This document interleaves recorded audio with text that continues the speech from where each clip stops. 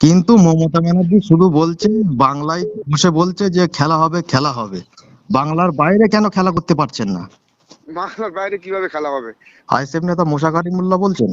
হ্যাঁ, আমি NP Bangla YouTube channel থেকে বলছিলাম। বলুন। আসামের একটি নির্বাচনে তৃণমূল কংগ্রেস লড়তে গিয়েছিলেন। হ্যাঁ, 5টি আসনের নির্বাচন হয়েছিল। সেখানে তৃণমূল কংগ্রেস 11টি প্রার্থী দিয়েছিলেন। তৃণমূল কংগ্রেস 11টার ভিতর 11টাই হেরেছে। কি বলবেন?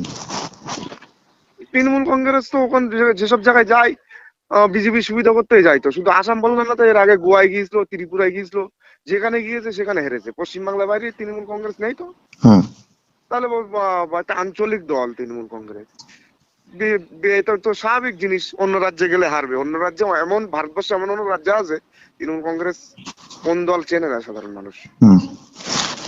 সুতরাং তিনি কিন্তু যেভাবে নাগপুরের সঙ্গে অ্যাডজাস্টমেন্ট রেখেছেন, সেসব জায়গাগুলোই আমরা দেখেছি তো। গোয়ায় কংগ্রেস 17 সালে ইলেকশনে সম্ভবত ভালো পজিশন করেছিল, হুম, একটা সিটের হেরফের ছিল। মাননীয় যাওয়ার পর থেকে ওখানে গোয়ায় কংগ্রেসকে হারানোর জন্য গোয়ায় দিল, ত্রিপুরায় সিপিএম কে হারানোর জন্য প্রার্থী দিল। হুম। এটা স্বাভাবিক জিনিস। কিন্তু মমতা ব্যানার্জি শুধু বলছে, বাংলায় বসে বলছে যে খেলা হবে খেলা হবে, বাংলার বাইরে কেন খেলা করতে পারছেন না? বাংলার বাইরে কিভাবে খেলা হবে? বাংলার বাইরে তো আর সেই সাজান অনুব্রত নেই তো।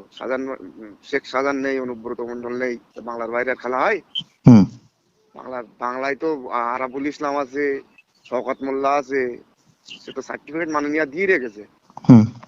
বোমবাদা কারিগর। তা ওরা বাংলার বাইরে নেই বলে বাংলার বাইরে খেলা হচ্ছে না। হুম। হুম। খেলা তো মূলত এইসব মাঠ দাঙ্গা নিয়েই খেলা। খেলা তো মূলত হচ্ছে গিয়ে মানুষের এন্টারটেনমেন্ট খেলা না, না মানুষ মারা খেলা। এই খেলাটা পশ্চিমবাংলায় আরাবুল ইসলাম মতন নেতারা রয়েছে বলে পশ্চিমবাংলায় হচ্ছে। সাধারণ মানুষ যেদিন জাগবে, পারুল ইসলাম মতো শেখ শাহজাহানের মতন নেতারা পশ্চিমবাংলা থেকে যেদিন বিতাড়িত করবে, সেদিন পশ্চিমবাংলা সুস্থ স্বাভাবিক আবার ফিরে আসবে। ডায়মন্ড হারবারে নওশাদ সিদ্দিকী প্রার্থী হচ্ছেন, কি বলবেন? ওখানে কি নওশাদ সিদ্দিকী জিততে পারবে? অভিষেক আমরা তো 100% আশাবাদী। কারণ হলো পশ্চিমবাংলার মানুষ তৃণমূল বিরোধী একটা দল চাইছে। আর তাতে বাংলায় যেভাবে আর নওশাদ সিদ্দিকীর যেভাবে মানুষ চাইছে, এবং নওশাদ সিদ্দিকীর যেভাবে প্রভাব বিস্তার হচ্ছে দিনের পর দিন, এটা তো আমরা 100% আশাবাদী। ওখানে আমরা নওশাদ ভাই ওখানে জিতবে, এবং নওশাদ ভাই ওখান থেকে পার্লামেন্টে যাবে। হুম। আর একটা জিনিস, আমাদের দল মাত্র এই 3 বছর 14 বছর পূর্তি অনুষ্ঠান হবে আগামী 21শে জানুয়ারি। আর আমাদের দলের ফান্ড বলতে জিরো। সেখানে মাননীয় দলের ফান্ড হাজার হাজার কোটি টাকা ফান্ড, এবং যিনি ভাইপো আছেন তেনার ফান্ড তো মানে অভাবনীয় ফান্ড। সেখানে একটা সামান্য নওশাদ সিদ্দিকীর মতন একটা 30 বছরের ছেলের জন্য এত ভয় করার কি আছে? ভোটের ময়দানে মানুষ যাকে চাবে তাকে ভোট দেবে। এ নিয়ে শওকতের মতন ক্রিমিনালদের আবার পিছনে লাগানোর কি দরকার আছে এদের?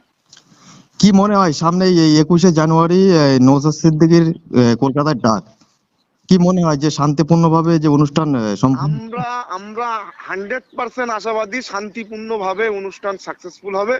আমরা আশা রাখবো, এবং প্রশাসনের কাছে আমরা অনুরোধ করব, প্রশাসন আশা করব প্রশাসন আমাদের সম্পূর্ণভাবে সহযোগিতা করবে, এবং শান্তিপূর্ণভাবেই সাকসেসফুল 21 তারিখের বৃহৎ জনজোয়ার দিয়ে আমরা সাকসেসফুল করব। যেহেতু 21শে জুলাই একটা তৃণমূল কংগ্রেসের একটা প্রোগ্রাম হয়, সেখানে সেখানে যে পরিমাণে টাকা খরচ করে মানুষ নিয়ে যাওয়া হয়, পয়সা দিয়ে, গাড়ি দিয়ে, বিরিয়ানি দিয়ে, গাড়ি ভাড়া দিয়ে যেভাবে নিয়ে যাওয়া হয়, আমাদের ফান্ড জিরো ফান্ডে সাধারণ মানুষ পকেটের টাকা খরচ করে যাবে, এবং নিজের গাড়ির টাকা খরচ করেই টিফিন খাবেন। তারপরেও আশা রাখছি আমরা 21শে জুলাইয়ের প্রোগ্রাম থেকেও ছাড়িয়ে আমাদের প্রচুর মানুষ হবে, এই আশাবাদী আমরা। ওকে, ধন্যবাদ দাদা।